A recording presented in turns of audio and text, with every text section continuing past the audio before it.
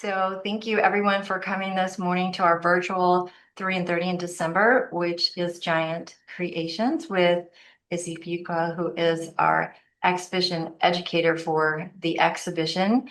And she gave this talk in person on Tuesday to a wonderful crowd. And we have a lot of programs for this exhibition. I know she's going to talk more about it, but also tonight we still have tickets available for Deborah Roberts, who's an artist in the exhibition, and we see more about her, hear more about her, I believe, in Izzie's talk. So I did want to give a plug to that. And just, I'm going to go off camera in a minute, turn it over to Izzie, but just as a reminder for everyone, I know she's happy to take some questions at the end. If you could put them in the Q&A box, we'll take those toward the end of her talk. So thank you, Izzie. I'm going to turn it over to you. Thank you so much. Thank you, Lulan. Welcome, everyone. So excited that you're joining us today virtually for our 3 and 30 related to giants from the Dean collection of Swizz, Beatz, and Alicia keys, our latest special exhibition available on the lower level of the museum. I'm sure all of you are regulars, but this program seeks to make connections to our permanent collection and the special exhibition.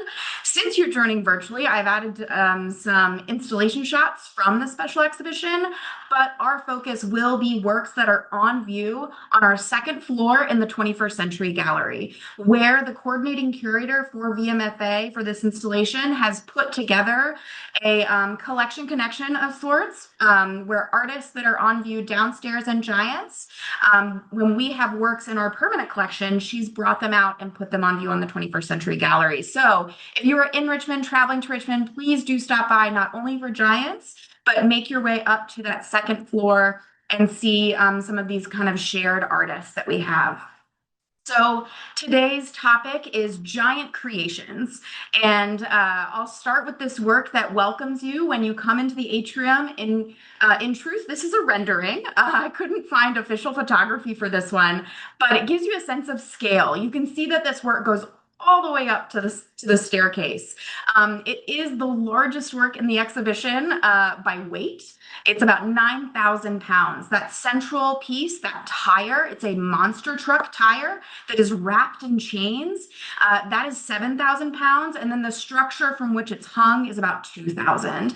This is a work of it's a sculpture by an artist named Arthur Jaffa, who is a film artist primarily, but also works in sculptural works like this one. Jaffa likes to think of himself as someone who likes to work with ready-mades.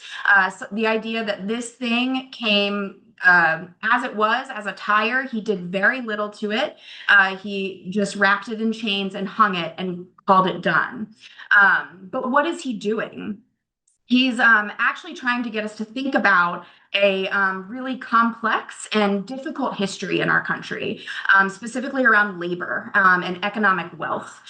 So if we think about how agricultural gains were made in the early years of our country, it was on the back of enslaved laborers.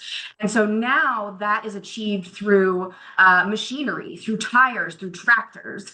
And so he's trying to present this history to us in this mammoth form. Again, if you can come to the museum and see it in person, it's truly overwhelming to see and to really get close, to see the intricacy of these chains and think about him wrapping this tire in it and thinking about this history. Now, that's a good start to our talk. Yes, we're talking about scale, right? These works are large. They're large in weight, in height, but they're also giant in topic, in meaning, in important conversations that need to be had. So we are going to look at, yes, artist creation and choice of material and mode of making, but we're also going to look at what is the purpose of their art. What stories are they trying to tell? What histories are they trying to interrogate? And so from here, we'll go upstairs to our 21st Century Gallery to look at our first work of art, which is another sculpture.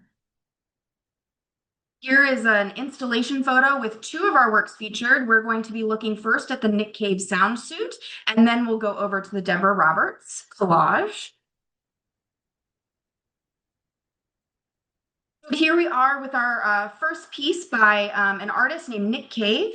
He actually calls himself an art educator, a messenger, and an artist. But he's also a choreographer, and that's really important when we're considering the sound suits that he's created. So here we're seeing an object that is meant to be worn. I hope you're seeing the form of a mannequin under this suit, the arms, the legs, and yes, the head being completely covered by this beautifully decorated suit. I hope you'll notice that we really can't tell anything about the wearer. We can't see, even though it's a mannequin, we can barely see the tips of the fingers. The feet are completely enclosed.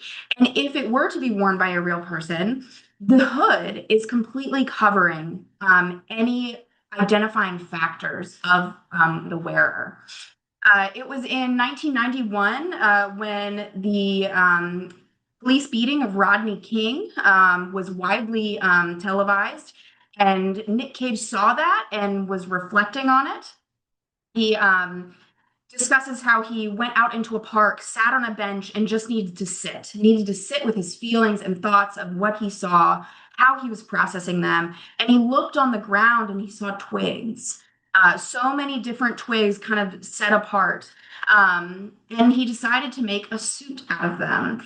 And so I'm going to flip to another slide that shows a variety of sound suits, but the one all the way to the end is one of the ones that's covered in twigs. These early sound suits were created this way. It's essentially covering a suit with a material, and his end goal was that they would be activated. As you're seeing on this screen, they're shown in motion, in movement. The arms are up, the legs are posed, and the materials that are adorning these suits were meant to make noise, whether it was the rustling of twigs or the sleeves scraping against each other with the sequins. They were meant to make noise when they were moved, hence the name sound suit. Now, why this? Why does this connect to what he was processing? I'd encourage you to look back at that all over encompassing nature of the suit and look at it as a form of armor, as something that can conceal the identity of the wearer. It encourages the viewer to look at it and not consider the race, the class, the gender of the wearer. It encourages the viewer to look at this person and have no judgment, be able to come with it completely with a clean slate. And that's what he was seeing as these objects as their purpose, as a way of protection, protection against these biases that he saw in our society that led to things like the beating of Rodney King. Now, he started these, like I said, in the mid 1990s, and since then he has made over 500 of them. The MFA only has one, but here is the one in Giants. We can see it kind of on this central pedestal, and it is very different from the ones we've seen previously. It actually has something called bugle beads attached to it, and it's very shiny and silvery. But then the front, the face piece, actually has this kind of wire brush material attached to the face in this kind of conical shape. Now, before we go back to our permanent collection piece, I did just want to call attention to another sculptural uh, interest of Caves, and that's this work in the background, this very round work on the pink wall. It's called Tondo, made very similarly to sound suits in that he's applying a wire metal brush material in these vibrant, beautiful colors. And it almost appears as if it's swirling and moving around. And very similar to the sound suits in that he's responding to this kind of societal, systemic issue affecting people of color. He's looking at brain scans of children, of Black children living in areas affected by gun violence, and thinking about how those areas of the brain light up when thinking about things like PTSD and trauma and fear. And so that's what those Tondo works are trying to ask you to interrogate. But let's take a closer look at our sound suit made in 2011. Just some details for you here. I wanted to get up close so that you could see the intricacy, the artistry. They are stunning in their variety, as I showed you on that first slide. They're very different, but I do truly love these heavily embroidered, beaded flowers, these blues contrasting with the golds. It's not a consistent pattern all over. It is a stunning work of art in its own right, and I think there's something to that with this work where it draws you in. You see this bright spot of blue in our galleries. Let me see if I didn't end with that one. We see this like bright blue spot in our galleries and we're drawn in and we want to know more. And then we're sort of taken aback when we learn about its meaning, about the true purpose of what Cave is trying to ask us to understand the purpose of these works. We had a great question in our Tuesday talk as to whether or not our sound suit had been activated, and I believe the answer is no. I have not seen it activated. Luan confirmed she didn't think so either. But I will say that Nick Cave is coming to speak. And I actually have a slide at the end of my presentation that lists all of our artist talks. But Nick Cave will be here in January to talk about sound suits and his artistic practice in general. So if you're interested in these works, interested in his inspiration, mark your calendars for that. So from here, we will turn away from the three-dimensional and look at a work that is 2D. On your screen, you're seeing the work Let Them Be Children, made in 2018 by artist Deborah Roberts, who is visiting tonight at VMFA. Very excited for her talk. And this is a very large collage work. I'm kind of giving it away right at the outset. This piece is put together through cut materials, but also drawn. The giveaway is looking at the figure's legs. Those are actually hand drawn. And then some magazine cutouts, for lack of a better descriptor. That's how we really get the faces, the hands. And that might give this feeling of disconnection when we look at how these figures are created. The hands might not be quite the right size for the stature, the physical frame of the children. The children's heads might be smaller than what you would think. Even the angle of some of these figures, I'm trying to act it out on screen, but even some of the angles of their arms and the way their legs are splaying out doesn't quite feel right. And that's intentional on Robert's part. That's very in line with her artistic practice. Here's an installation shot of two works that are featured in Giants by Deborah Roberts. They're these kind of single pictures right here. One is called The Visionary and the other is called The Gloves Are Off. But even in this not great photo, my apologies, you can see that they're collaged elements, sometimes textures or patterns to create fabrics, but then also that kind of magazine cut style. Someone in our Tuesday talk mentioned cubism. The idea that it looks a little disjointed, maybe you're looking at things from multiple angles. That is absolutely a hallmark of Robert's style. But what is she doing? What is she saying through this kind of collage work? We see a group of children, some kind of nestled closer together, and then it gets more dispersed as you go across the picture plane. I have some details I'd like to focus in on here. So I want you to pay close attention to the eyes. Looking at each of these eyes, we can see they're not closed, they're open, and I hope you see that they're looking right at you. Their gaze is directed squarely on the viewer, and that's intentional on Robert's part.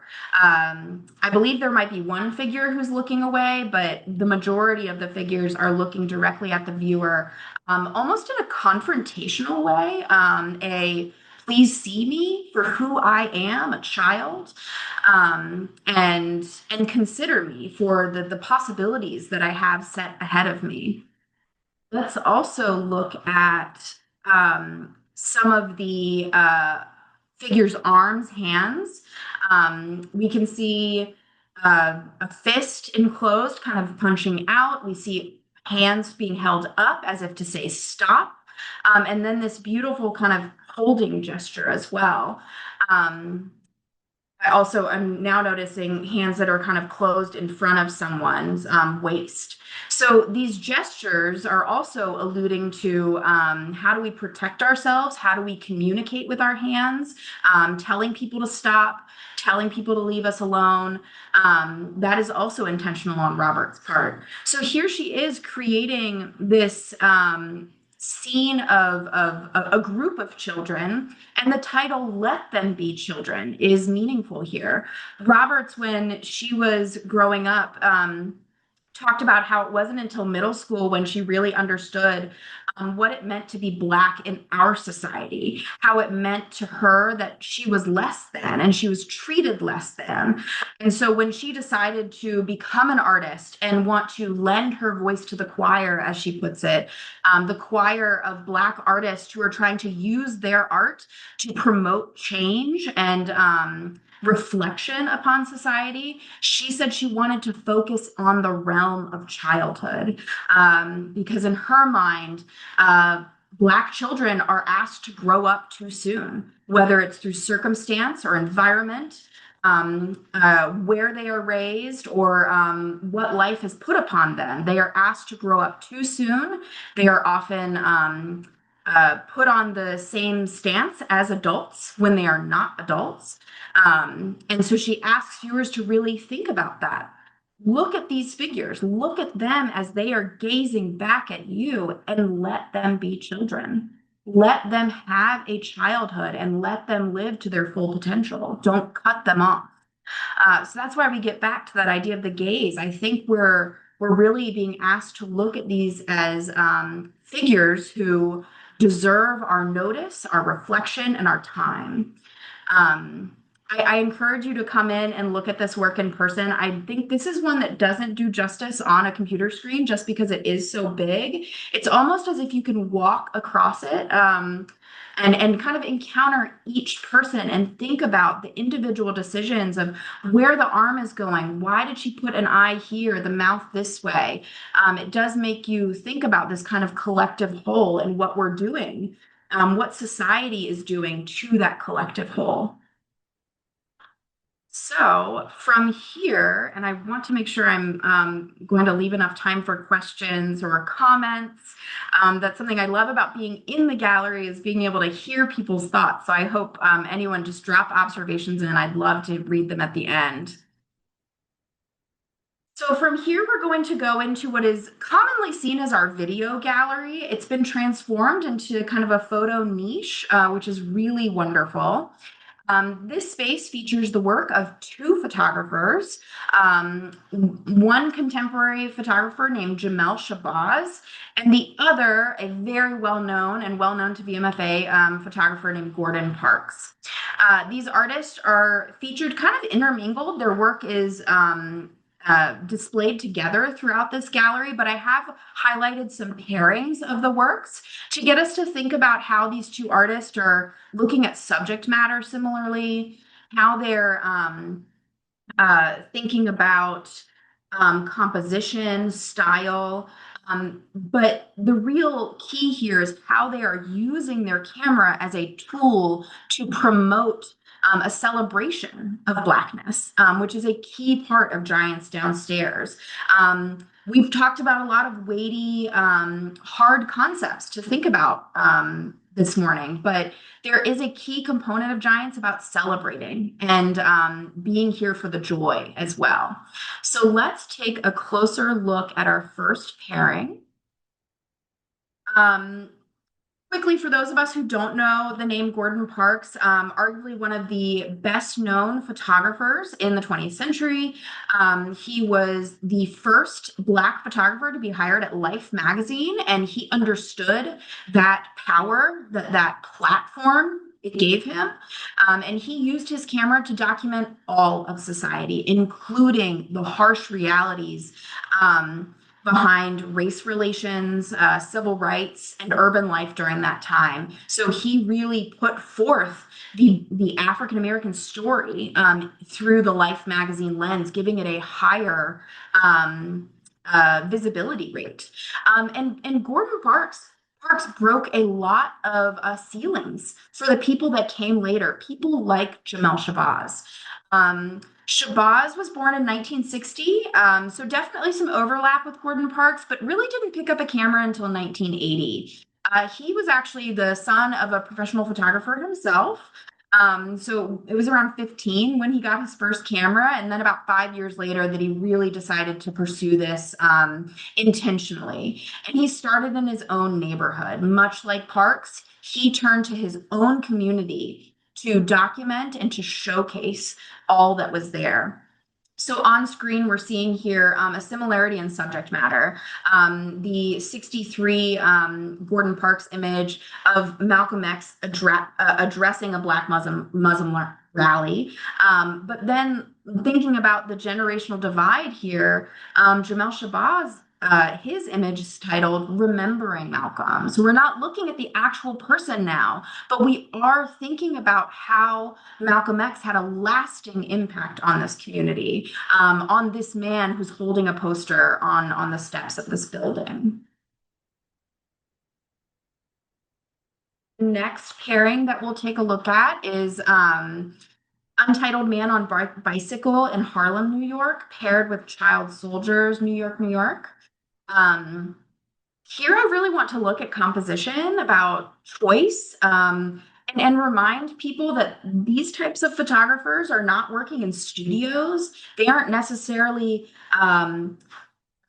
framing every single detail. They're not getting this entire group to stand here and say, okay, pause while I get everything just right. They're capturing a moment. They're seeing that moment as they walk down the streets and thinking like, okay, this is it. And just look at the beauty here, the lines.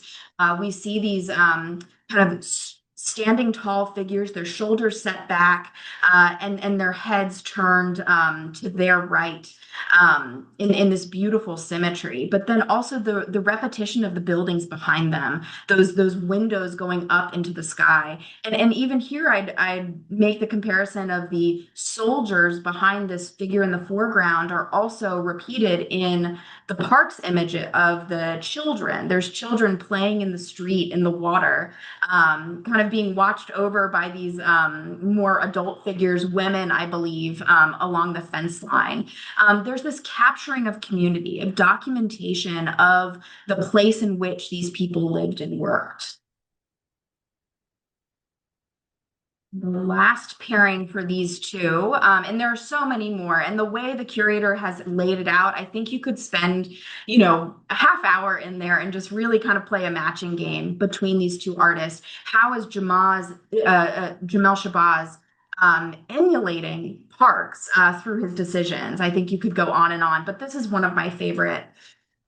We have Women Sitting by Storefront in Harlem, New York by Parks from 52, and then Hat Ladies, Harlem, New York, by Shabazz in 95. Now, right off, there are some differences. One is kind of this interior scene, a bus.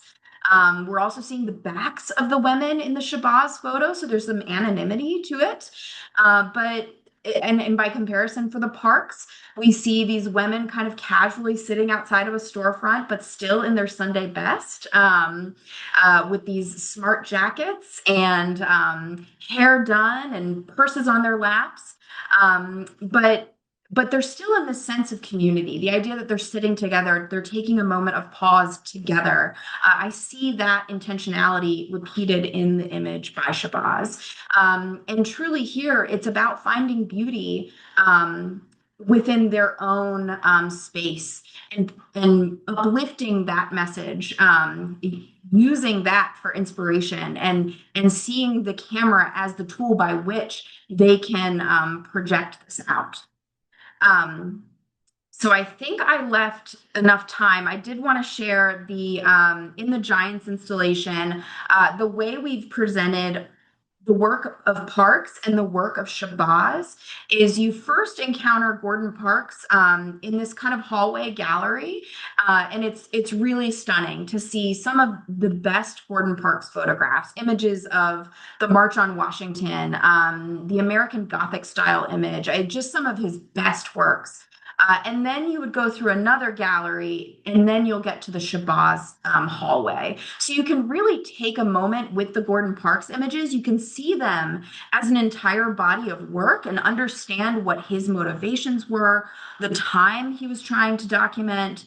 And then you enter the Shabazz hallway and you think, well, this is another generation. What is Shabazz trying to do? And what did Gordon Parks model for him? How did he model framing and light and color and just presenting people as they are? So there's a really beautiful symmetry in the way the work of these artists are presented. Uh, so today we've seen some giant creations. Yes, not the biggest ones in the museum, but I hope you've seen how they're giant in thought. They're giant in the topics that they're trying to get us to think about. Yes, things like how we perceive Black children, how we think about engaging with people of color, how we can approach them with less judgment, but also how we stand on the shoulders of some of these artists. Gordon Parks, that came before a contemporary photographer like Jamal Shabazz. What did they do to make this contemporary landscape possible? Thank you so much, Izzy. That was really wonderful. Thanks for condensing all of that information in that compressed time. You did a really wonderful job as always, and it is really a great. It's wonderful to see so many of the artists in this exhibition and the Dean's collection. That's the artists are also represented in our collection, and there's a really great so many conversations to be had. So thank you for bringing that up and for addressing that. Thanks, Izzy. Yeah, of So course. we do appreciate it, and thanks so much. And I hope everyone has a good rest of the day.